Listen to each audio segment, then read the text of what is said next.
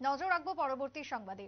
আন্তর্জাতিক আইন মেনে ভারত বাংলাদেশ আন্তর্জাতিক সীমান্তে বিএসএফ এর গুলিতে মৃত বাংলাদেশি যুবকের দেহ বাংলাদেশে পাঠানো হলো প্রশাসনের তরফে। গুরুতর আহত দুই বিএসএফ জওয়ান ঊনকোটি জেলা হাসপাতালে চিকিৎসাধীন। ঘটনা গতকালকে সংঘটিত হয় দুপুর প্রায় 1টা নাগাদ, যেখানে গৌরনগর ব্লকের অন্তর্গত মাগুরুলি গ্রাম পঞ্চায়েতের ভারত বাংলাদেশ আন্তর্জাতিক সীমান্তের 46 নম্বর গেট এলাকা দিয়ে বাংলাদেশের কিছু পাচারকারী সক্রিয়তা টের পেয়ে বিএসএফ এর 199 নম্বর ব্যাটালিয়নের মাগুরুলি বিওপির কর্তব্যরত জওয়ানরা বাংলাদেশে পাচারকারীদের শনাক্ত করার চেষ্টা করে এবং একজনকে পাকড়াও করতে সক্ষম হয়, কিন্তু সেই পাচারকারী একজন বিএসএফ জওয়ানকে আক্রমণ করে। তারপর বিএসএফ জওয়ান সেই পাচারকারীকে আটকানোর চেষ্টা করলে তাকেও আক্রমণ করে পাচারকারী বাংলাদেশি যুবক।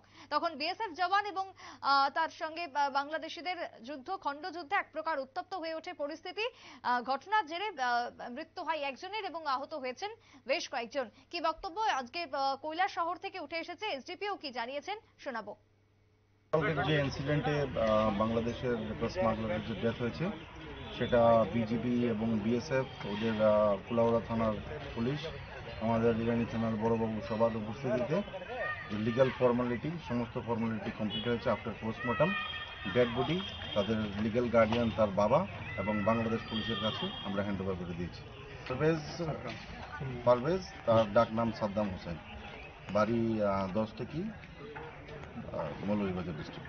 বাংলাদেশের বেশ কটা নিউজ চ্যানেল দেখাচ্ছে যে বিএসএফ ওর ঘর থেকে বের করে নিয়ে এসে ওকে গুলি করে হত্যা করেছে। এই বিষয়ে কি বলবেন? আমরা এই ব্যাপারে গতকালকেও আপনাদেরকে বলেছি যে তারা আমাদের আইবিবি বর্ডার ক্রসিং এর ইনফিল্ট্রেশনের সময় ইলিগালি তারা ক্রসিং এর সময় ইনসিডেন্টটা হয়েছে। যে ঘটনাটা হয়েছে সেটা আমাদের ভারতের ভূখণ্ডের মধ্যে হয়েছে, বাংলাদেশ ভূখণ্ডে কোনো কিছু হয়নি। আপনারা শুনলেন এসডিপিওর বক্তব্য। জয়ন্ত কর্মকার যেমনটা জানিয়েছেন শুনলেন। তবে আজকে মৃতদেহ বিজেপির হাতে তুলে দেওয়া হয়, বর্ডার গার্ড অফ বাংলাদেশ যাদের হাতে তুলে দেওয়া হয়, এবং সেই সময় উপস্থিত ছিলেন মৃত কিশোর সাদ্দাম হোসেনের পিতা আজকির মিয়া, পাশাপাশি সংশ্লিষ্ট আধিকারিকরা ছিলেন এবং দুই দেশের প্রশাসনিক স্তরের আধিকারিকরা, পুলিশ এবং বিএসএফ এর উপস্থিতিতেই মৃতদেহ হস্তান্তর করা হয় বলে খবর কৈলাসহর থেকে। ছোট্ট বিরতির পর ফিরছি, সঙ্গে থাকুন।